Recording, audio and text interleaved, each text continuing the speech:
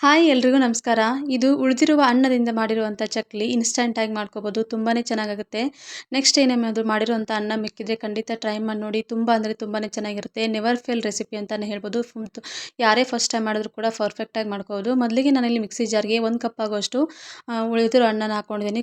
ಅದಕ್ಕೆ ನಾನು ಒಂದು ಸ್ವಲ್ಪ ನೀರು ಹಾಕ್ಕೊಂಡಿದ್ದೀನಿ. ಜಾಸ್ತಿ ನೀರನ್ನು ಹಾಕೊಳ್ಳೋಕೆ ಹೋಗಬಾರ್ದು. ಒಂದು ಸ್ವಲ್ಪ ನೀರು ಹಾಕಿ ನೈಸಾಗಿ ಇದನ್ನು ರುಬ್ಕೋಬೇಕು. ನೋಡ್ತಾ ಇರ್ಬೋದು ಈ ರೀತಿ ನೈಸಾಗಿ ಪೇಸ್ಟ್ ಆಗಿರಬೇಕು. ತರಿ ತರಿಯಾಗಿ ಆಗಿರಬಾರ್ದು. ಇದನ್ನು ಈಗ ಒಂದು ಬೌಲ್ಗೆ ಟ್ರಾನ್ಸ್ಫರ್ ಮಾಡ್ಕೊತಾ ಇದ್ದೀನಿ, ಒಂದು ಪಾತ್ರೆಗೆ. ಇವಾಗ ಅದಕ್ಕೇನೆ 1 ಕಪ್ ಆಗುವಷ್ಟು ಅಕ್ಕಿ ಹಿಟ್ಟು, ಹಾಗೆ 1 ಕಪ್ ಆಗುವಷ್ಟು ಪುಟಾಣಿ ಹಿಟ್ಟು ಅಂತೀವಲ್ಲ ಆ ಹಿಟ್ಟನ್ನು ಹಾಕ್ಕೋಬೇಕು. ಹುರಿಗಡಲೆ ಹಿಟ್ಟು ಅಂತೀವಲ್ಲ ಆ ಹಿಟ್ಟು. ಇದಕ್ಕೆ ಇಷ್ಟೇ ಸಾಕಾಗುತ್ತೆ. ನೀವೇನಾದರೂ ಡಬಲ್ ಕ್ವಾಂಟಿಟಿಲಿ ಮಾಡ್ಕೋತೀವಿ ಅಂದರೆ ಇದನ್ನೇ ಡಬಲ್ ಆಗಿ ಮಾಡ್ಕೋಬೋದು. ಈಗ ಒಂದು ಸ್ವಲ್ಪ ಉಪ್ಪು, ಹಾಗೆ ಒಂದು ಸ್ವಲ್ಪ ಜೀರಿಗೆ ಹಾಕ್ತಾಯಿದ್ದೀನಿ. ನೀವು ಎಳ್ಳು ಕೂಡ ಸೇರಿಸ್ಕೋಬೋದು, ನಾನು ಹಾಕ್ತಾ ಇಲ್ಲ. ಜೀರಿಗೆ ಹಾಗೆ ಒಂದು ಸ್ವಲ್ಪ ಹಿಂಗನ್ನು ಹಾಕ್ಕೊಂಡು ಅದ್ರ ಜೊತೆಗೆ ಒಂದು ಸ್ವಲ್ಪ ಅಚ್ಚ ಖಾರದ ಪೌಡರ್ನ ಹಾಕ್ಕೋತಾ ಇದ್ದೀನಿ. ಖಾರನ ನೋಡ್ಕೊಂಬಿಟ್ಟು ಹಾಕ್ಕೊಳ್ಳಿ.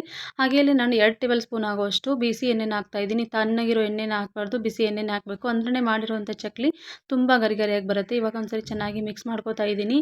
ಮಿಕ್ಸ್ ಮಾಡಿಕೊಂಡು ನನಗೆ ಒಂದು ಸ್ವಲ್ಪ ಕಮ್ಮಿ ಅನ್ನಿಸ್ತು. ಹಾಗಾಗಿ ಮೊದಲಿಗೆ 1 ಟೇಬಲ್ ಸ್ಪೂನ್ ಹಾಕ್ಕೊಂಡಿದ್ದೆ. ಇವಾಗ ಮತ್ತೆ 1 ಟೇಬಲ್ ಸ್ಪೂನ್ ಆಗುವಷ್ಟು ಬಿಸಿ ಎಣ್ಣೆನ ಹಾಕ್ಕೊಂಡು ಅದ್ರ ಜೊತೆಗೆ ಒಂದು ಸ್ವಲ್ಪ ನೀರನ್ನು ಹಾಕ್ಕೊಂಡು ಇದನ್ನು ಚೆನ್ನಾಗಿ ಸಾಫ್ಟಾಗಿಯೇ ಕಲಿಸ್ಕೋಬೇಕು.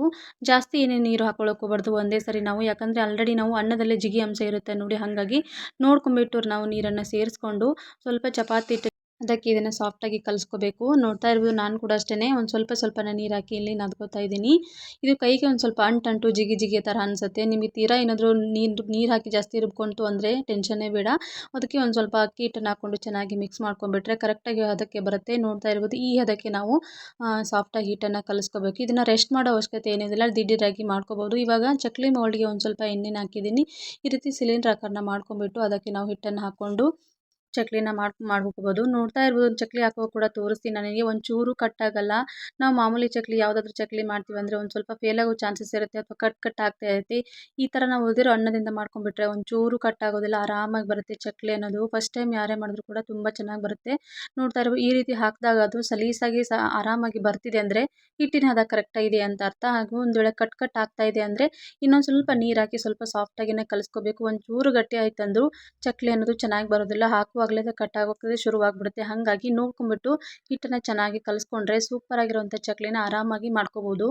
ವಿಡಿಯೋದಲ್ಲಿ ಕಾಣಿಸ್ತಿರೋ ಹಾಗೆ ನೋಡ್ತಾ ಇರ್ಬೋದು ತುಂಬ ಚೆನ್ನಾಗಿ ಬರುತ್ತೆ ಚಕ್ಲಿ ಮಾತ್ರ. ಒಂಚೂರು ಕಟ್ಟಾಗಲ್ಲ.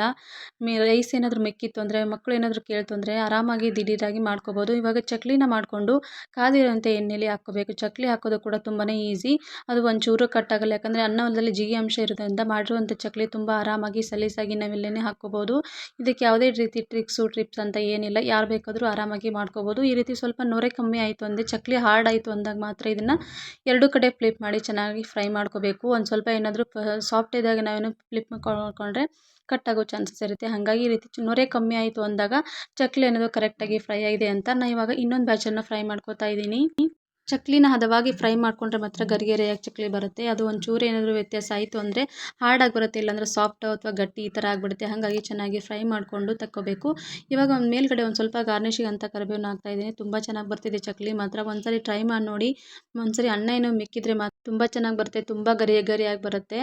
ಫಸ್ಟ್ ಟೈಮ್ ನಮ್ಮ ಚಾನಲ್ ಯಾರಾದರೂ ನೋಡ್ತಾ ಇದ್ದರೆ ಪ್ಲೀಸ್ ಸಬ್ಸ್ಕ್ರೈಬ್ ಮಾಡ್ಕೊಂಡು ನೋಡಿ, ಹಾಗೆ ಸಪೋರ್ಟ್ ಮಾಡಿ. ವಿಡಿಯೋ ಇಷ್ಟ ಆಯಿತು ಒಂದು ಲೈಕ್ ಮಾಡಿ. ನೋಡ್ತಾ ಇರ್ಬೋದು ಚಕ್ಲಿನ ಕಟ್ ಮಾಡಿ ಕೂಡ ತೋರಿಸ್ತಾ ಇದ್ದೀನಿ ನೋಡಿ. ಕೈಯಿಂದ ಈ ರೀತಿ ಮುಟ್ಟಿದರೆ ತುಂಬ ಚೆನ್ನಾಗಿ ಕ್ರಿಸ್ಪಿಯಾಗಿ ಬಂದಿರೋ ಚಕ್ಲಿ. ಒಂದ್ಸರಿ ಟ್ರೈ ಮಾಡಿ. Thank you so much for watching.